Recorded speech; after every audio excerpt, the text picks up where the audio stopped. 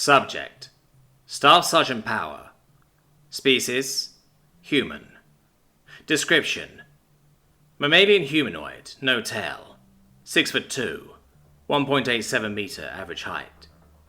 185 pounds, 84 kilogram average weight. 170-year life expectancy. Ship: USS Liberty.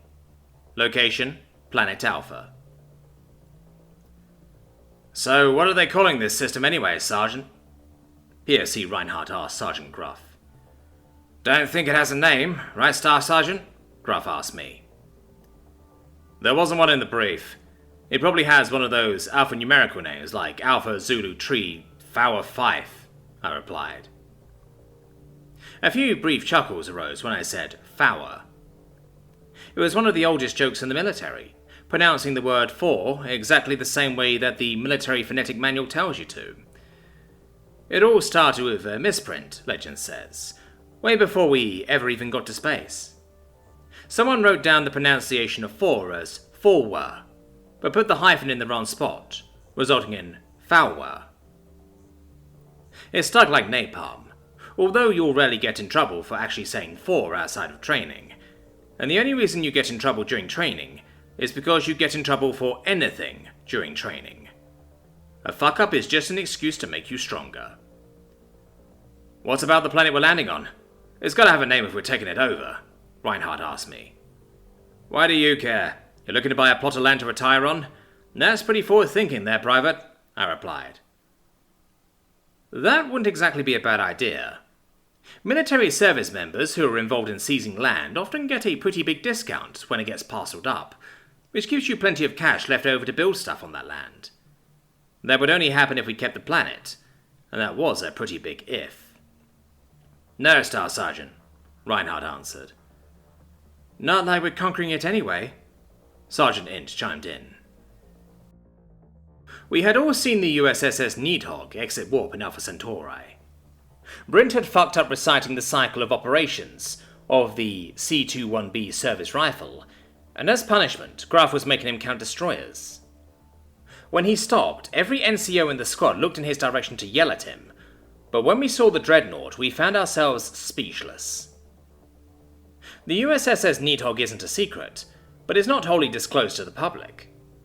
A lot of people know that it can destroy planets, and nearly everyone in the military knows that it wouldn't bother targeting a single planet in the first place.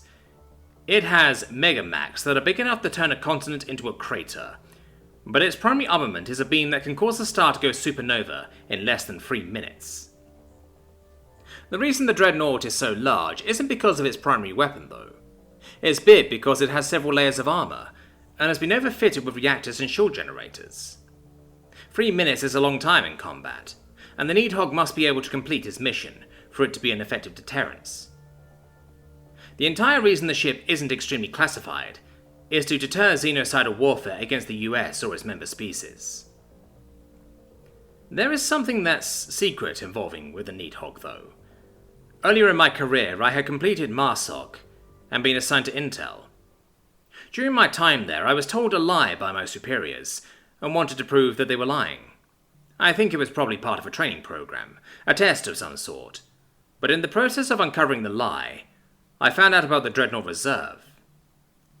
Dozens, maybe even hundreds of ships just like the USS Needhog, all sitting in deep space, completely unmanned and only guarded by a small fleet of VI-controlled ships. I was shocked and appalled at this discovery.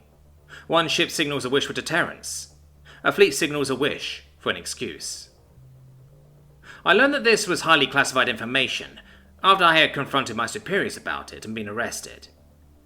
They made me tell them in detail how I came about the information, and thankfully for me I had done so legally. They were forced to cut me loose, but went into excruciating detail on what would happen if I spread knowledge of the Dreadnought Reserve. They plugged the leak, and I went on my merry way. That had been the end of my time with Intel as well.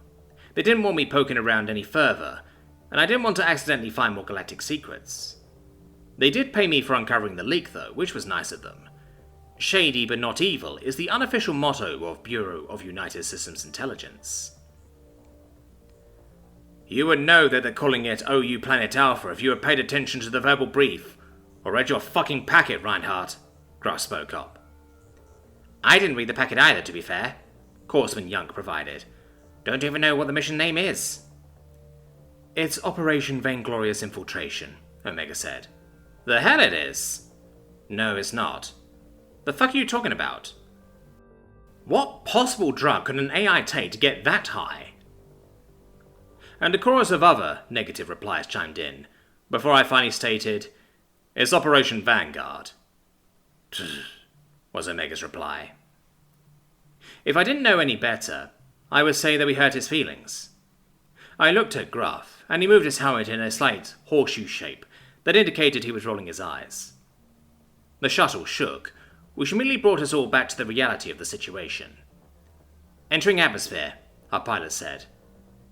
Omega, what can we expect the enemy to have armament-wise when we get groundside? I asked. Orbital scans showed infantry, armor, and artillery. They're about as equipped as a standard military, it answered. What about air? Asked Sergeant Hint. Well, they did, but that's no longer a concern. Same with anti-aircraft and long-range missiles. We have complete air superiority, so feel free to call for air support as needed. If you're good, you might even get some orbital support. You'll have to ask nicely, though. I nodded gratefully. Trying to kill a tank without high explosives was a pain in the ass, even as a gen out with Guardian armor. Omega continued to answer questions as I pulled up the map of our LZ and our objective. I had briefly glanced at it before we boarded the shuttle, and something about it had bothered me. On closer examination, I was able to see why. Omega wanted his box in a spot that was surrounded by hills. It would have been a decent spot if we were a mortar team trying to take out enemy armor, but as infantry, it was the worst place we could be. Omega, I began. Is there any particular reason you have our objective in this location? The hills will provide cover from enemy armor, and it should be easy to kill enemy infantry as they crest the hill. Plus the location is close enough to enemy transmitters to give me an access point to their systems.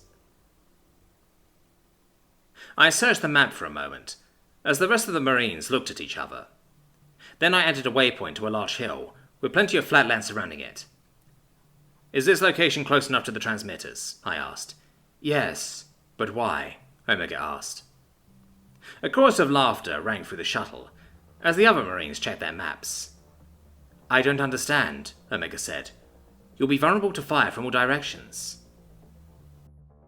When you're on top of a hill, you can use the hill as cover while denying that same cover from the enemy. It's also easier to shoot down than it is to shoot up, mostly due to sunlight and such, Ince said. Yeah, that and grenades.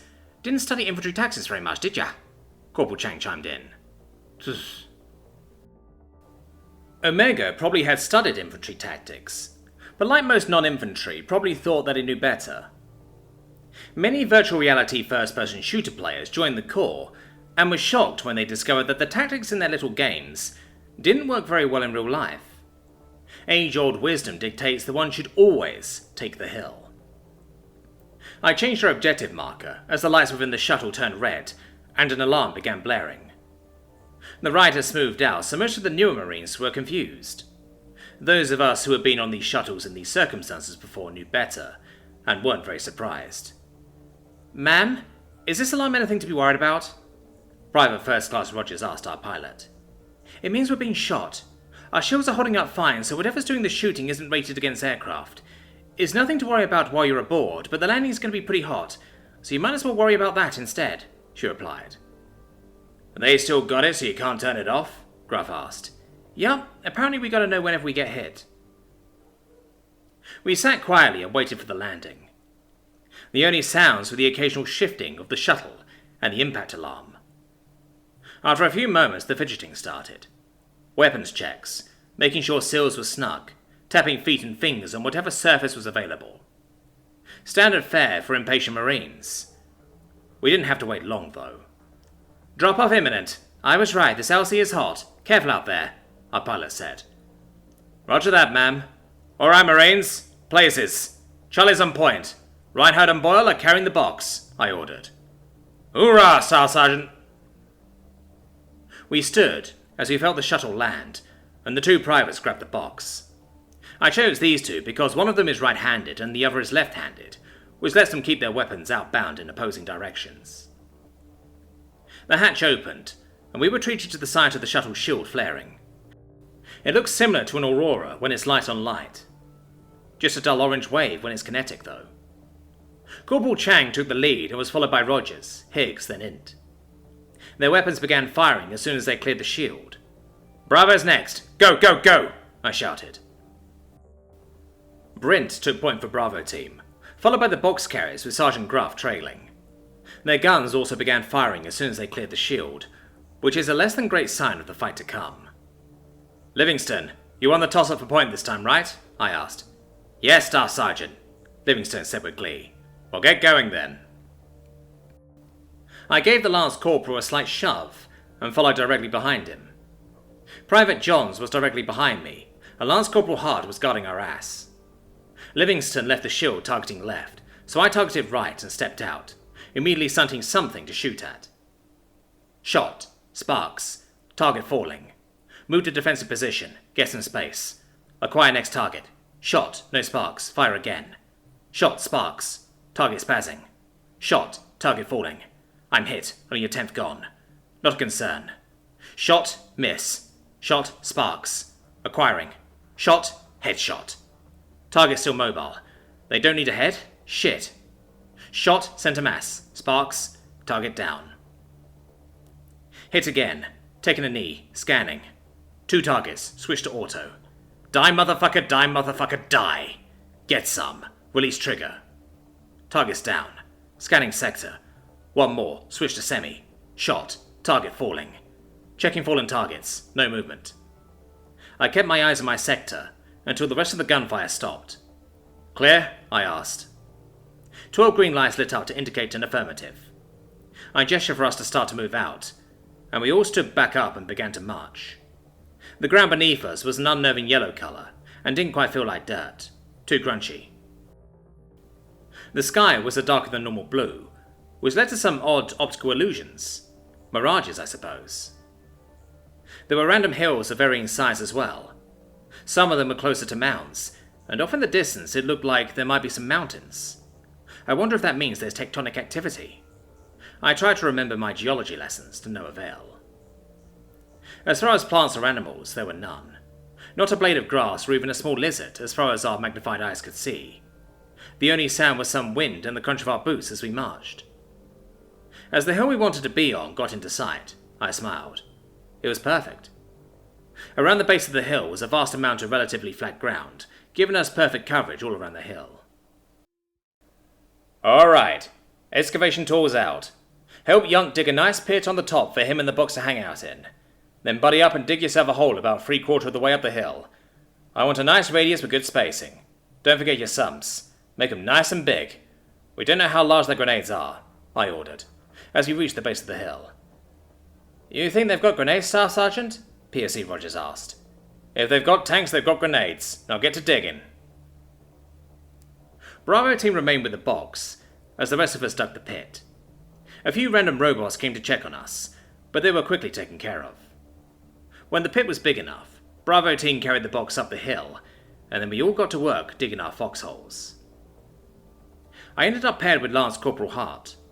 We dug a luxurious hole in the hill that would be our home for who knows how long. I couldn't help but grin knowing what awaited our enemies once we were done. There's nothing more infuriating to an assault team than foxholes on a hill.